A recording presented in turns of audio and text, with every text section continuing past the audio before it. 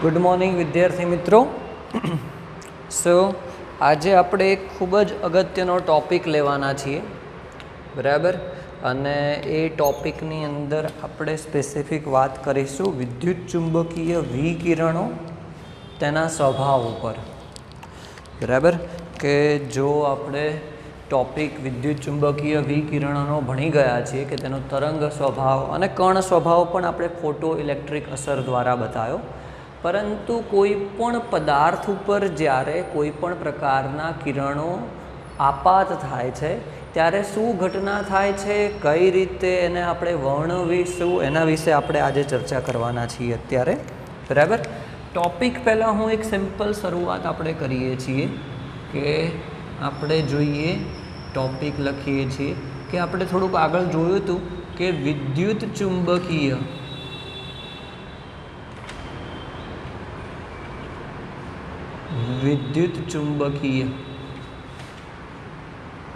વિકિરણો ના પ્રકારો પહેલા આપણે જોઈએ. વિદ્યુત ચુંબકીય વિકિરણોના પ્રકારો, બરાબર. યાદ કરો, વિદ્યુત ચુંબકીય વિકિરણને બીજા કયા નામથી ઓળખવામાં આવે છે? તો EMR, બરાબર. EMR લખેલું હોય ઇંગ્લિશમાં ઇલેક્ટ્રોમેગ્નેટિક રેડિયેશન. ઇલેક્ટ્રો એટલે વિદ્યુત, મેગ્નેટિક એટલે ચુંબકીય, રેડિયેશન એટલે વિકિરણો, બરાબર. તો એની અંદર જે આપણે ભણવાના છીએ પ્રકારો, બરાબર. તો એ પ્રકારોમાં સૌથી પહેલાં આવશે ગામા કિરણો.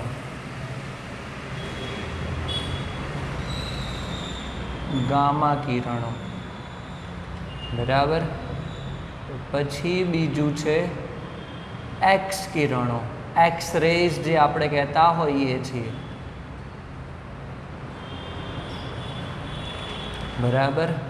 ત્રીજું અલ્ટ્રાવાયોલેટ યુવી કિરણો,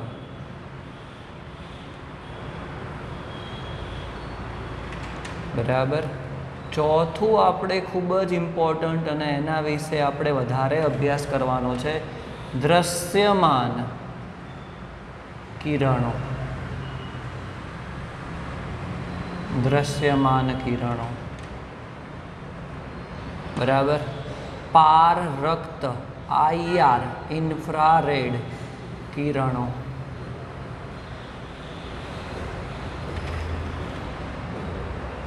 બીજું આપણે કહીએ સૂક્ષ્મ માઇક્રોવેવ્સ, સૂક્ષ્મ કિરણો,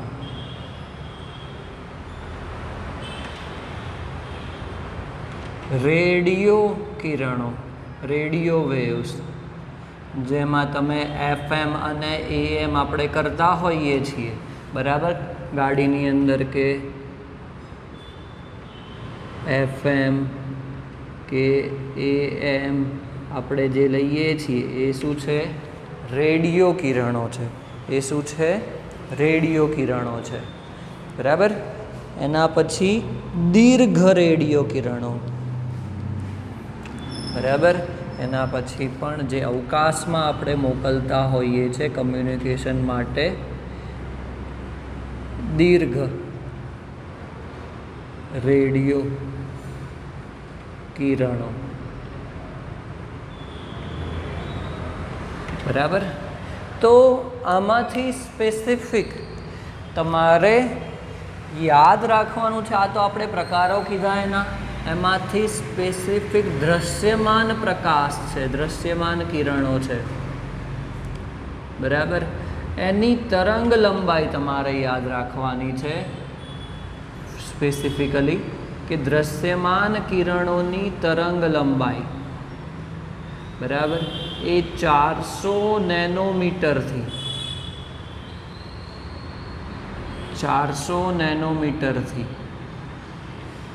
750 નેનોમીટર સુધીની હોય છે. બરાબર 400 નેનોમીટરથી 750 નેનોમીટર સુધીની તરંગ લંબાઈ ધરાવતો જે પ્રકાશના કિરણોનો ભાગ છે, વિદ્યુત ચુંબકીય વિકિરણના પ્રકારોમાં અલગ અલગ તરંગ લંબાઈવાળા કિરણો છે. આ બધા જ અલગ અલગ તરંગ લંબાઈવાળા કિરણોનો એક ભાગ બનાવેલો છે કે આટલા નેનોમીટરથી આટલા નેનોમીટર તરંગ લંબાઈ ધરાવતા વિકિરણોને આ કિરણો કહેવાય, એને બીજા કિરણો કહેવાય. તો એમ દૃશ્યમાન કિરણો છે જે વિઝિબલ લાઇટ, જે આપણે કહીએ છીએ કે જેને આપણે સૂર્યપ્રકાશના જે પ્રકાશના કિરણો છે જેમાં આપણે અનુભવ કરી શકીએ છીએ, જોઈ શકીએ છીએ, એને શું કહીશું આપણે? દૃશ્યમાન કિરણો કહીશું. જે 400 નેનોમીટરથી 750 નેનોમીટર સુધી, જેમ કે ટ્યુબલાઇટ ચાલુ કરીએ છીએ આપણે, તો એ દૃશ્યમાન વિકિરણો છે.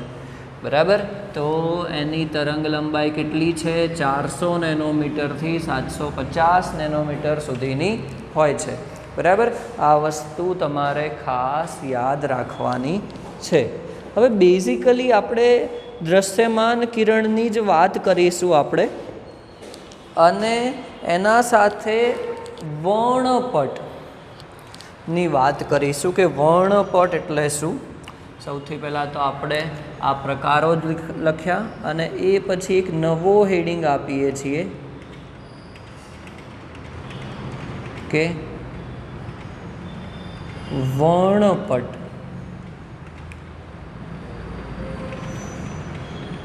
એટલે શું? બરાબર. વર્ણપટ એટલે શું? બરાબર. તો એવું કહી શકીએ કે વિદ્યુત ચુંબકીય વિકિરણોના જુદા જુદા રંગીન પટ્ટાની શ્રેણીમાં ફેરવાય છે. એવું કહી શકીએ કે કોઈ પણનો વર્ણપટ લેવો હોય તો વિદ્યુત ચુંબકીય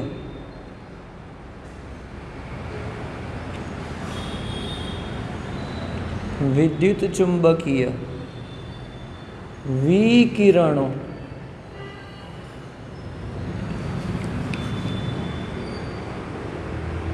રંગીન પટ્ટાની શ્રેણીમાં ફેરવાય છે તેને વર્ણપટ કહેવાય.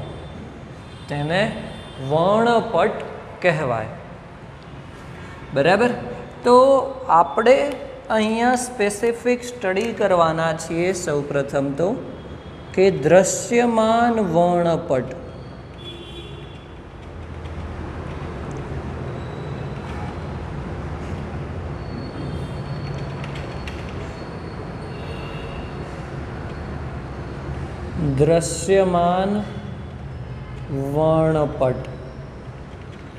બરાબર. જે આપણે અહીંયા સ્પેસિફિક જોવાના છીએ કે આ બધા જ કિરણોમાંથી દૃશ્યમાન કિરણો છે એનો જે વર્ણપટ બને કે રંગીન પટ્ટાની શ્રેણીમાં તે ફેરવાય, એને શું કહીશું આપણે? દૃશ્યમાન વર્ણપટ કહીશું. તો આપણે એવું લખી શકીએ અહીંયા કે સફેદ પ્રકાશ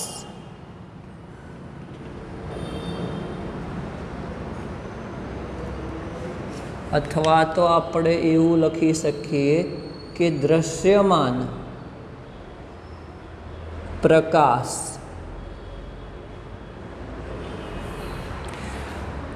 જુદા જુદા રંગીન પટ્ટાની શ્રેણીમાં ફેરવાય છે જેને દૃશ્યમાન વર્ણપટ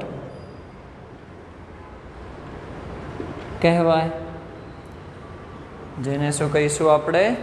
દૃશ્યમાન વર્ણપટ કહીશું કે સફેદ પ્રકાશ છે દૃશ્યમાન પ્રકાશ એ જુદા જુદા રંગીન પટ્ટાની શ્રેણીમાં ફેરવાય છે, બરાબર, જેને આપણે દૃશ્યમાન વર્ણપટ કહીશું. બરાબર. તો તમે યાદ કરો કે વર્ણપટ કઈ રીતે મેળવી શકીએ. એકદમ સિમ્પલ પ્રોસેસ છે તેની, કે તમે પ્રિઝમ દ્વારા, આ તમે નાના હશો એ વખતે સ્કૂલની અંદર પણ તમને બતાવ્યું હશે, બરાબર, કે પ્રિઝમ લઈએ છીએ આપણે,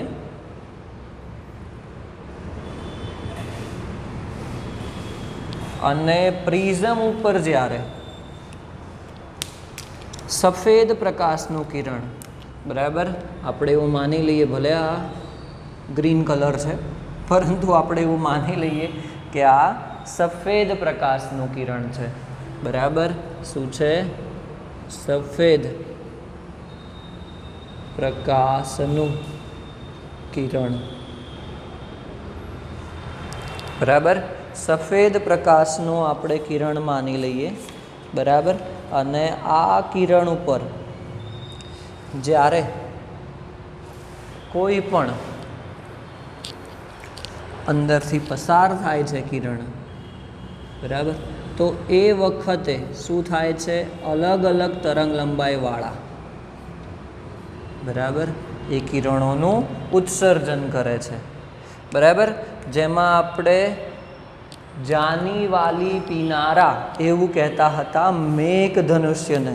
યાદ કરો, જાની વાલી પીનારા, બરાબર, કે જેની અંદર રાતો કલર એટલે કે લાલ કલરથી લઈને જાંબલી કલર, બરાબર, એવું આપણે કહી શકીએ કે રાતો કલરથી લઈને જાંબલી કલર આપણને જોવા મળે છે, જેમાં રાતા કલરની તરંગ લંબાઈ સૌથી વધારે હોય છે, બરાબર. રાતા કલરના રંગની તરંગ લંબાઈ સૌથી વધારે હોય છે. ઓકે, બેઝિકલી યાદ કરો આની અંદર કે ટૂંકી તરંગ લંબાઈવાળા, પહેલાં તો આપણે લખીએ કે અહીંયાથી શું થતું હશે કે જાની વાલી પીનારા એટલે કે જાંબલી રંગથી શરૂ થઈને ક્યાં સુધી? તો રાતો રંગ,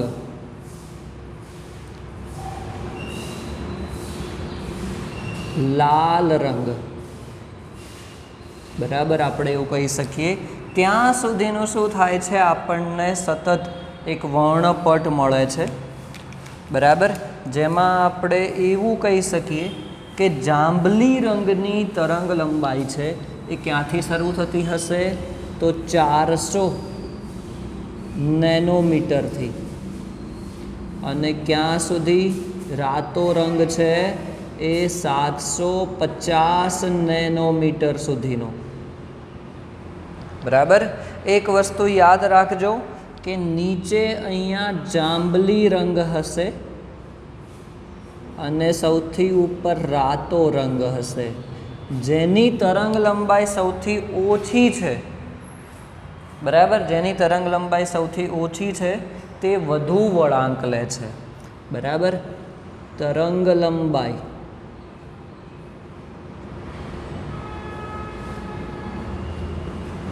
જેમ ઓછી તેમ તેનું વક્રીભવન, જે શબ્દ તમે 10મા ધોરણમાં ભણી ગયા છે, વક્રીભવન વધારે, બરાબર.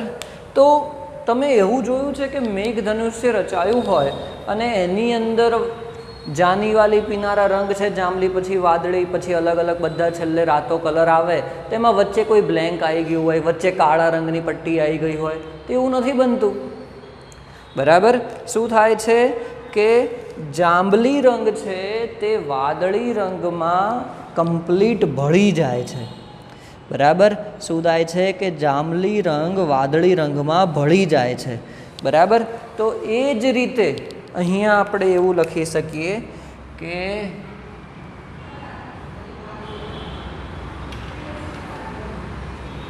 દ્રશ્યમાન વર્ણપટમાં જાંબલી રંગ તે વાદળી રંગમાં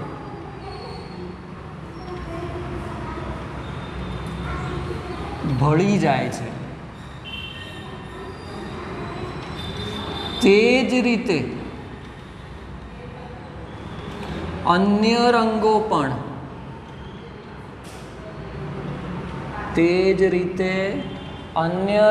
પણ એકબીજામાં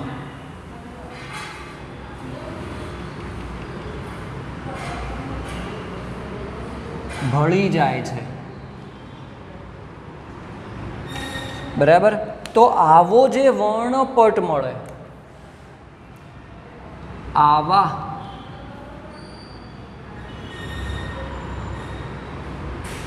વર્ણપટને સતત વર્ણપટ કહેવાય.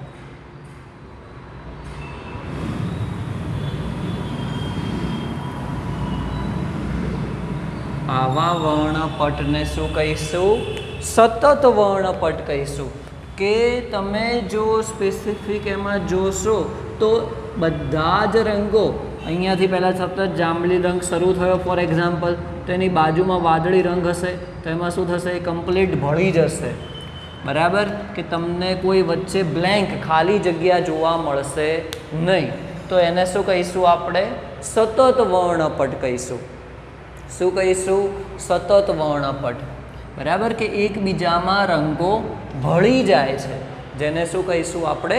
સતત વર્ણપટ કહીશું. બરાબર. તો હવે આપણે બીજો એક આગળનો ટોપિક આપણે જોઈએ કે કોઈ પણ પદાર્થ લઈએ છીએ.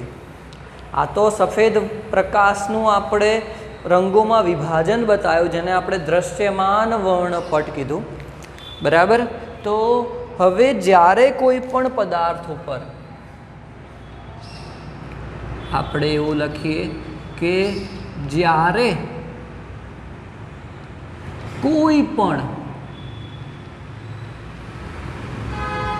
પદાર્થ પર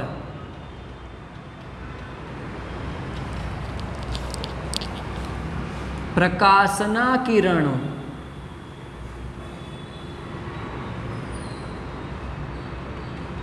એમાં પણ આપણે કયો પ્રકાશ લઈએ છીએ? સફેદ, એટલે કે દ્રશ્યમાન પ્રકાશ લઈએ છીએ. આપાત કરવામાં આવે છે. આપાત કરવામાં આવે છે ત્યારે 3 પ્રકારની ઘટના બને છે. 3 પ્રકારની ઘટના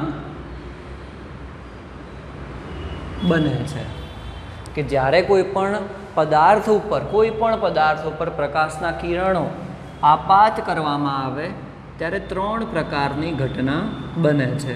ચલો ફોર એક્ઝામ્પલ આપણે આ કોઈ પદાર્થ લઈ લઈએ છીએ.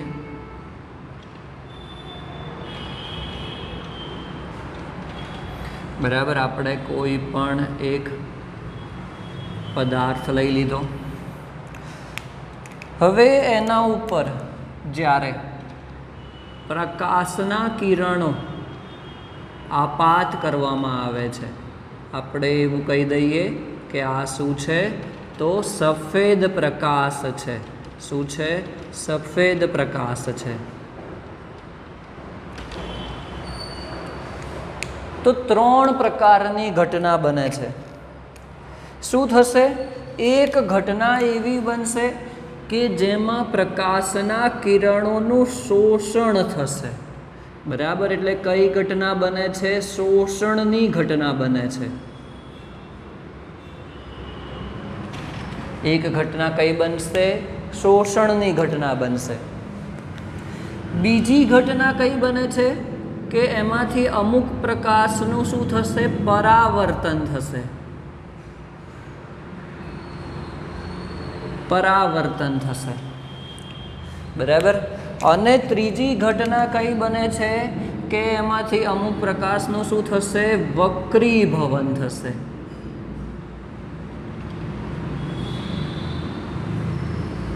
વક્રીભવન થશે. બરાબર. તો કોઈ પણ પદાર્થ ઉપર જ્યારે પ્રકાશના કિરણો આપાત કરવામાં આવે છે ત્યારે આ ત્રણ ઘટના બનતી હોય છે. એમાંથી પ્રકાશના કિરણોનું શોષણ થતું હોય, અમુક કિરણોનું પરાવર્તન થતું હોય અને અમુક કિરણો વક્રીભવન પામતા હોય. બરાબર. આ ત્રણ પ્રકારની ઘટના બનતી હોય છે. બરાબર. તો એના આધારે આપણે અલગ અલગ પ્રકારના વર્ણપટ ભણીશું.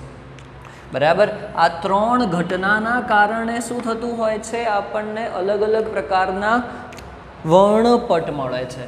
ઓકે. તો સૌથી પહેલાં એની અંદર આપણે પહેલાં ટાઈપ જોઈએ. તો કોઈ પણ પરમાણુ લઈએ તો પરમાણુ ઉપર જ્યારે દ્રશ્યમાન પ્રકાશ આપાત કરવામાં આવે છે, બરાબર, તો આપણને બે પ્રકારના વર્ણપટ મળે છે. બે પ્રકારના. એક વર્ણપટનું નામ છે ઉત્સર્જન વર્ણપટ, બીજા વર્ણપટનું નામ છે અવશોષણ વર્ણપટ. બરાબર. તો આપણે જોઈએ કે જ્યારે કોઈ પણ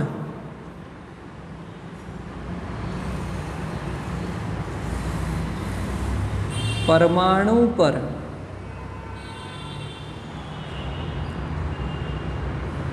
દ્રશ્યમાન પ્રકાશ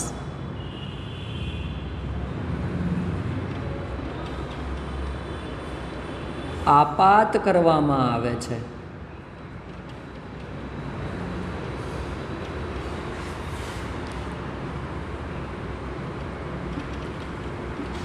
ત્યારે બે પ્રકારના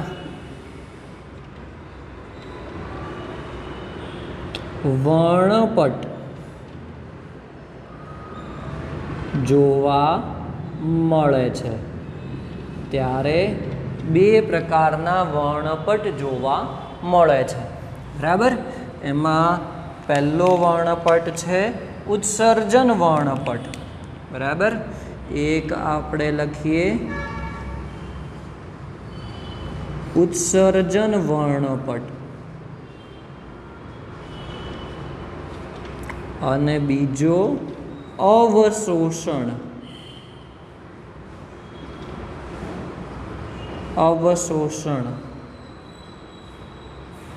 વર્ણપટ. ઉત્સર્જન વર્ણપટ અને અવશોષણ વર્ણપટ. બરાબર. તો આ બે પ્રકારના જે વર્ણપટ મળે છે એની આપણે ચર્ચા નેક્સ્ટ લેક્ચરની અંદર કરીશું. બરાબર. આટલે સુધી આપણે રાખીએ છીએ. આ વસ્તુ સમજજો, ખૂબ જ ઇમ્પોર્ટન્ટ છે કે આ ત્રણ ઘટના થાય છે. સતત વર્ણપટ કોને કહેવામાં આવે? બરાબર. દ્રશ્યમાન પ્રકાશ એ સતત વર્ણપટ છે. આ વસ્તુની અંદર મિસ્ટેક થવી જોઈએ નહીં. ઓકે.